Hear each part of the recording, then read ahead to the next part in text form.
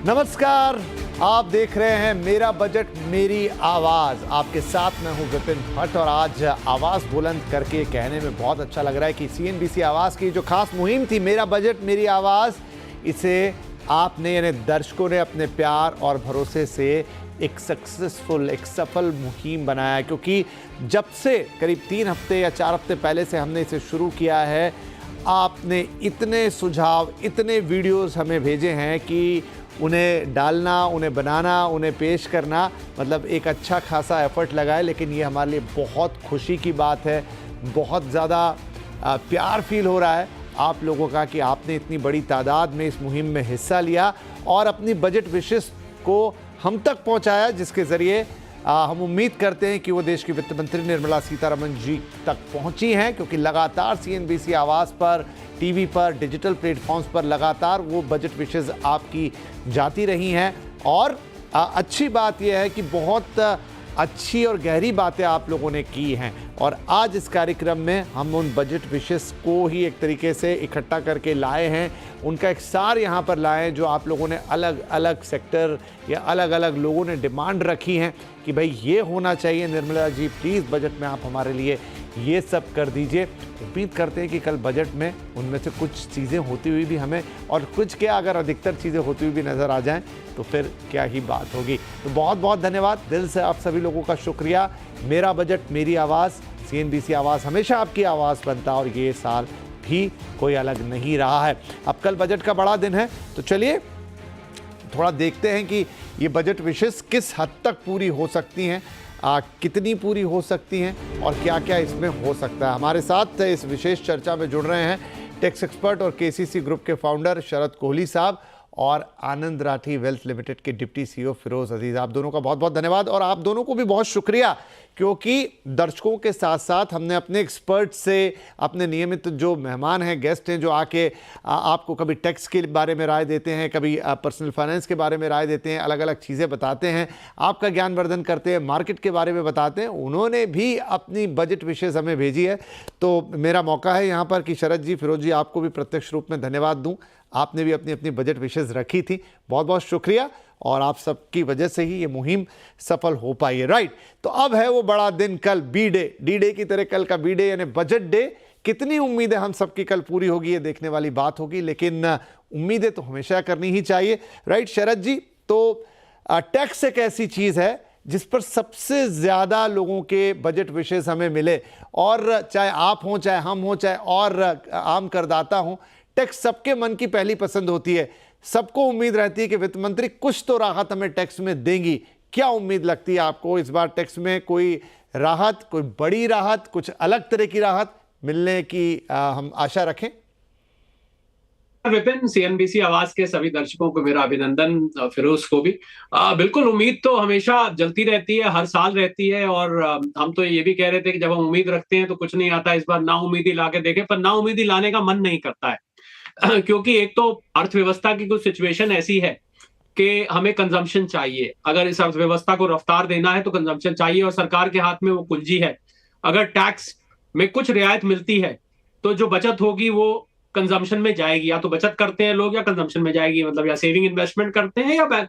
तो मुझे लगता है खर्चने का चांस ज्यादा लगता है यहाँ पर, क्योंकि लोगों ने अक्सर कंजूसी करी है अपने खाने पीने की चीजों में, कंज्यूमर गुड्स खरीदने में, मकान खरीदने में, गाड़ी खरीदने में। तो कंजम्पशन को बढ़ावा मिलेगा और बनती भी है, क्योंकि इस समय जो सिचुएशन आप देखें और जो आंकड़े निकल के आए विपिन, उसमें पीआईटी हम कहते हैं, एक नया कॉन्सेप्ट, सीआईटी और पीआईटी। सीआईटी यहाँ कमिश्नर ऑफ इनकम टैक्स नहीं है, कॉर्पोरेट इनकम टैक्स पेयर्स है।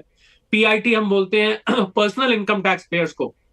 तो इनकी जो टैक्स कलेक्शन है वो कॉर्पोरेट से ज्यादा है, इनकी गिनती भी ज्यादा है। तो ये लोग उम्मीद लगा के बैठे हैं। और मजे की बात यह है विपिन कि 8-10 करोड़ लोगों को ने रिटर्न फाइल करी, पर जो एक्चुअल टैक्स पेयर्स थे, यानी कि जिनकी जेब से निकल के पैसा गया, उनकी गिनती मात्र 2-2.5 करोड़ की है। तो ये, मैं तो 145 करोड़ की आबादी में इनको वीआईपीज बोलता हूं। They are blue eyed. ये तो blue eyed boys and girls हैं जो कि देश में 22-24 लाख करोड़ की टैक्स कलेक्शन कराते हैं। बिल्कुल, न्यू रेजीम जब से आई है विपिन, उसको सिंप्लीफाई किया जा रहा है। मैं ये नहीं कहता कि उसमें रियायत नहीं दी गई, पर उसमें अभी रियायत की और गुंजाइश है।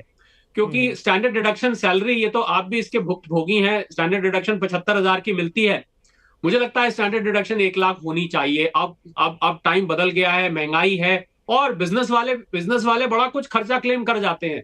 बेचारे सैलरी वाले सबसे ऑनेस्ट टैक्स पेयर्स हैं, सबसे ज्यादा टैक्स देते हैं, उनको खर्चा क्लेम करने का कोई गुंजाइश नहीं है। तो मुझे लगता है ये थोड़ी सी नाइंसाफी सी यहाँ दिखती है। तो 1 लाख इसको कर देना चाहिए। बेसिक स्लैब है 3 लाख का, वो भी अब 3 लाख के जमाने गए। 3, 6, 9, 12, 15, आपको पता होगा ये स्लैब रेट्स हैं। और 5, 10, 15, 20 और 30, 20 के बाद ये 30 की छलांग लगती है। ये भी भरने की जरूरत है, इस गड्ढे को 25% लाने की जरूरत है। और जो 87A का रिबेट मिलता है विपिन, 25,000 रुपए का, मुझे लगता है वो रिबेट भी अब रिवाइज करने की जरूरत है, क्योंकि 7-7.5 लाख रुपए तक आपके ऊपर टैक्स नहीं लगता है। इसको अगर 10 लाख कर दिया जाए तो मुझे लगता है बहुत प्रूडेंट रहेगा। और मजे की बात यह है विपिन के, इन सब बातों से आप जो चेंजेस करेंगे उससे कितना फिस्कल लोड पड़ेगा। 10-20 हजार करोड़ का मुझे नहीं लगता इससे ज्यादा लोड पड़ने वाला है। तो उसको देखते हुए और जो इससे फायदा होगा वो कई गुना होगा। मैं इसको कॉस्ट बेनिफिट एनालिसिस करके करके विपिन देख रहा हूं। आपने जिस स्टाइल से विपिन शो को शुरू किया था ना, तो 2 लाइन आपने बड़े बड़े फिलोसॉफिकल अंदाज में इसको किया था। आप इजाजत दें तो मैं 2 लाइन जरूर सर। इसके ऊपर बोलना चाहूंगा। मैं कुछ लिख रहा था आपके शो शुरू होने से पहले कि उम्मीद के चिराग जलाए बैठे हैं। ठीक है, उम्मीद के चिराग जलाए बैठे हैं, हर ख्वाहिश को दिल में दबाए बैठे हैं। ये बेसिक स्लैब की, ये स्टैंडर्ड डिडक्शन की, ये हाईएस्ट रेट और देर से लगे इसकी, तो उम्मीद के चिराग जलाए बैठे हैं, ख्वाहिशों को दिल में दबाए बैठे हैं। आर्थिक आंधियां चाहे कितनी भी चले, आर्थिक आंधियां चाहे कितनी भी चले, हम फिर भी उम्मीद के चिराग जलाए बैठे हैं। मुझे लग रहा है ये टैक्स पेयर्स क्या के बात है। मैंने मन की व्यथा बताई है। बाकी जी उम्मीद जी। करता हूं वित्त मंत्री महोदया के कान में शायद ये पहुंच जाए।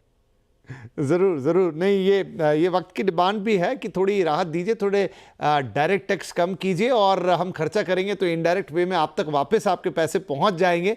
कीजिए तो सही एक बार ये कोशिश। फिरोज साहब, कितना इत्तेफाक रखते हैं आप इस बात से? देखिए, यहाँ थोड़ा कंट्राडिक्टरी हो जाता है। आप अक्सर आके हमें बताते हैं कि भाई आप इस फंड में पैसे लगाएं, यहाँ पैसे बचाएं, इससे और पैसा बढ़ाएं। अब ये थोड़ा मामला अलग है कि भाई खर्चा करें तो फिर पैसे बचेंगे नहीं, या फिर थोड़ा बीच का रास्ता निकालें। विपिन जी नमस्कार। शरद साहब आपको भी नमस्कार। इतने शायराना अंदाज में शायद ही मैं कह पाऊंगा।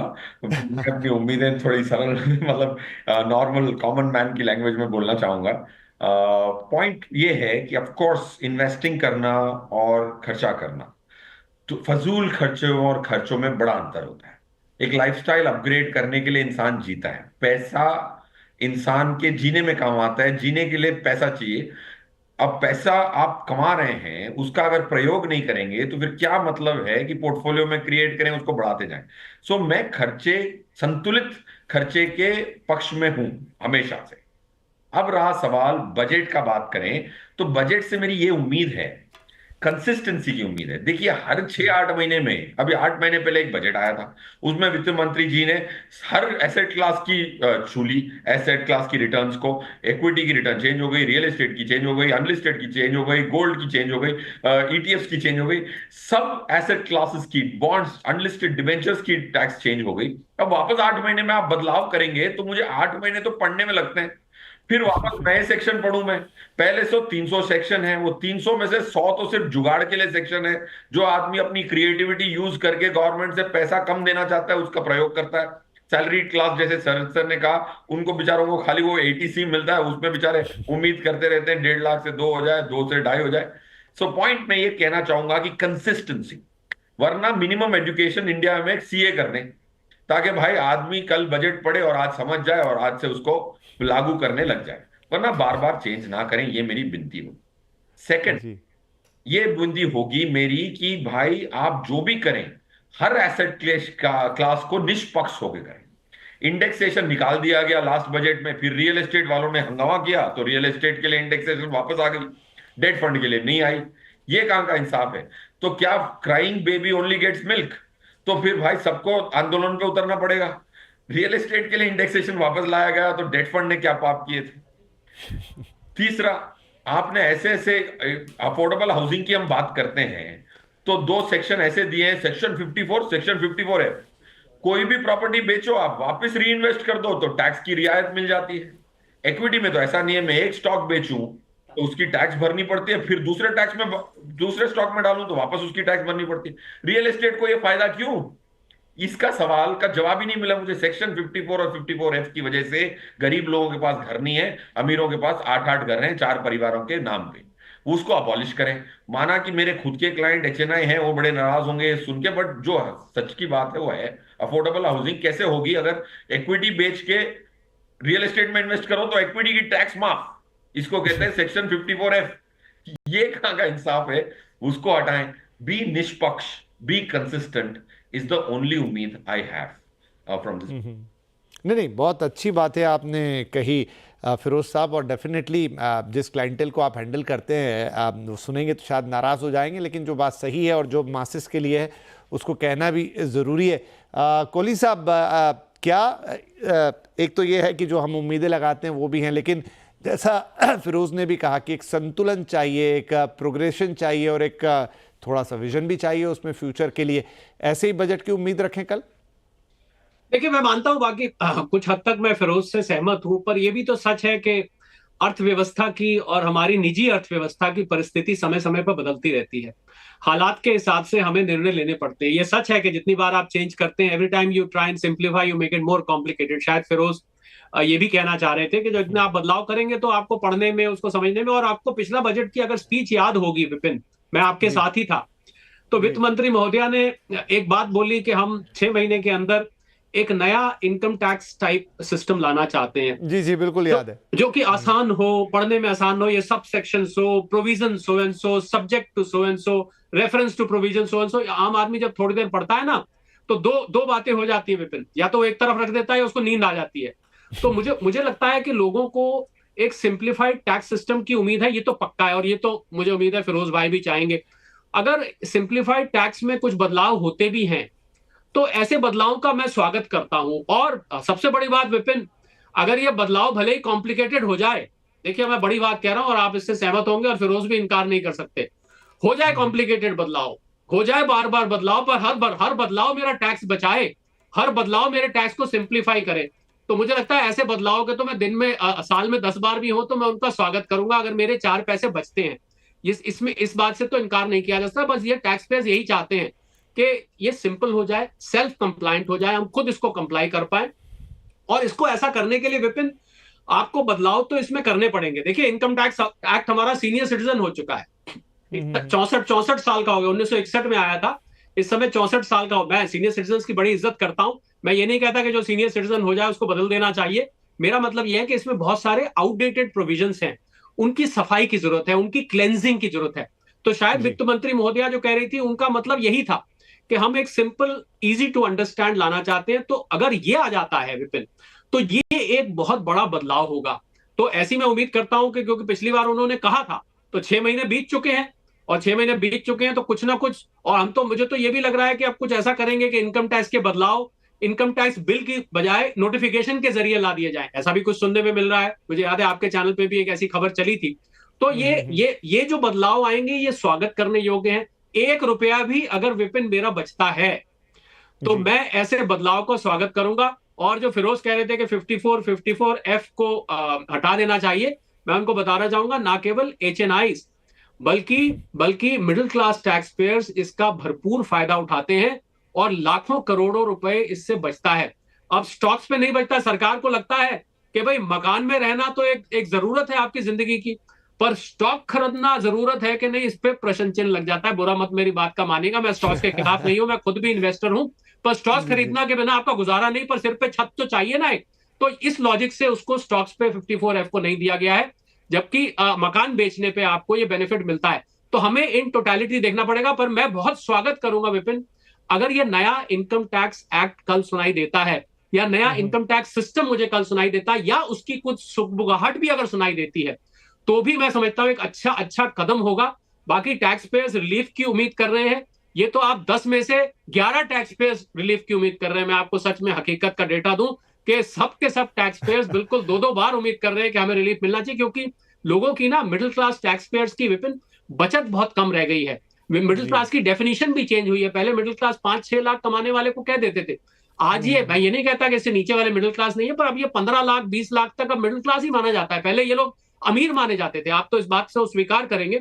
तो एक 1.25 लाख सैलरी अब कोई इतनी बड़ी सैलरी नहीं है, इतनी बड़ी कमाई नहीं है कि आप जो है देश के अमीरों में गिनती आ जाए। भले इनकी गिनती अभी भी कम है, पर फिर भी ये मिडिल क्लास है, तो इन लोगों को राहत की उम्मीद है। इनके हाथ में पैसा बच नहीं रहा है।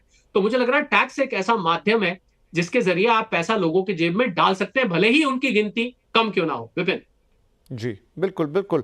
और इसीलिए जैसा मैंने कहा कि मेरा बजट मेरी आवाज़ में 90% जो हमारे पास चीज़ें पहुंची, लोगों की आवाज़, वो इनकम टैक्स के इर्द गिर्द ही थी। एक छोटा ब्रेक लेते हैं, लेकिन इसके बाद जो दूसरी आवाज़ थी वो थोड़ी कम ज़रूर रही, लेकिन बड़ी पुख्ता और बड़ी ज़ोरदार थी। वो थी हमारे सीनियर सिटीजन्स की।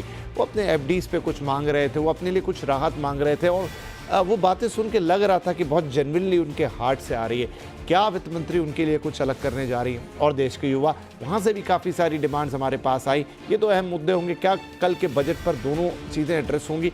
वार्ता जारी रहेगी, बातचीत जारी रहेगी छोटे से ब्रेक के बाद।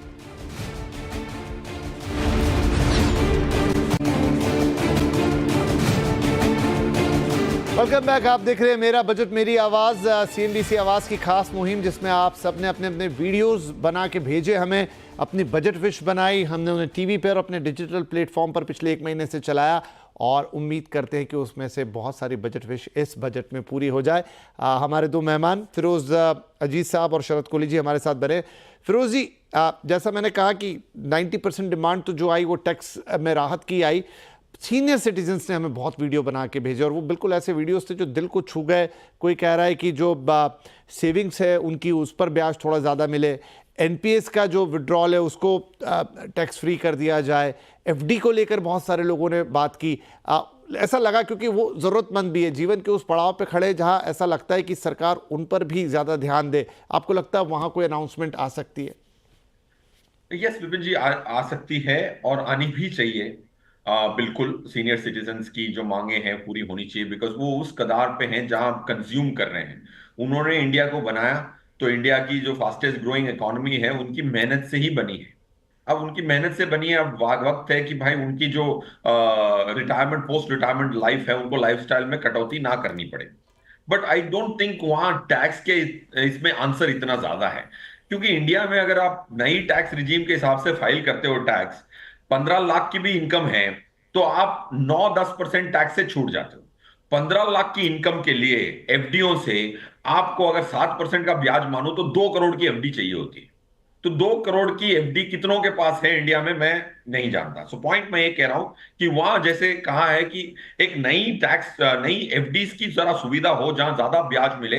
इंडिया में फ्लैट यील्ड कर्व मिला है, 1 महीने का ब्याज, रेपो रेट भी ले लो, आप रेपो रेट ले लो और 10 ईयर जीसेक ले लो, दोनों ही 6.75, 6.5 और 7 के बीच में ट्रेड कर रहे हैं। मतलब फ्लैट यील्ड कर्व कहा जाता है। तो ऐसे सिचुएशन में लंबी अवधि के पैसे जो रिटायरमेंट, पोस्ट रिटायरमेंट है, उनके लिए कोई नई स्कीम लाके उनको एक्स्ट्रा ब्याज मिलना, आई थिंक बजट में से थोड़ा पैसा उधर रखना is low impact. Great gratitude toward the people who have built this country. That's point 1।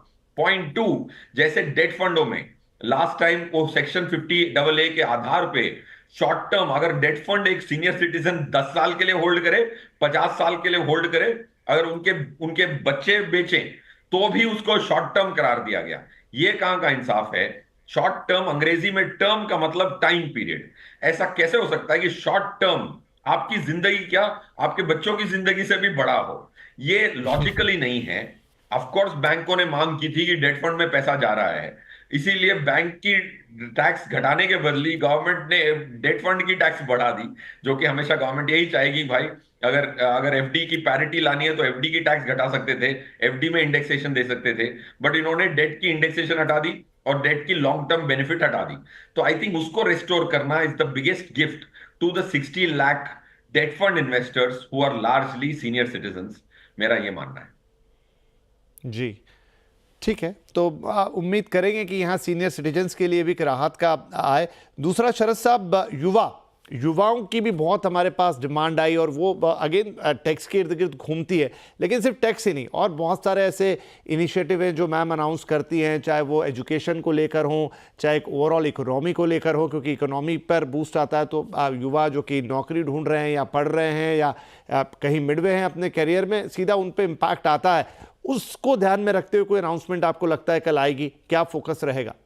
बिल्कुल आएगी। मुझे इसमें कोई डाउट ही नहीं है विपिन के युवाओं के लिए कुछ आएगा। युवाओं के लिए पहले तो एम्प्लॉयमेंट रिलेटेड आएगी, क्योंकि पीछे जो स्लो डाउन हुआ है, थोड़ी सी स्लगिशनेस जो इकोनॉमी में आई है, उससे थोड़ा सा अनएम्प्लॉयमेंट रेट, जो भी डेटा अवेलेबल है, थोड़ा सा अनएम्प्लॉयमेंट रेट बढ़ता हुआ दिखाई दिया है। तो मुझे लग रहा है उसको बूस्ट करने की, एम्प्लॉयमेंट की तरफ ले जाने की कोशिश की जाएगी, पहली बात।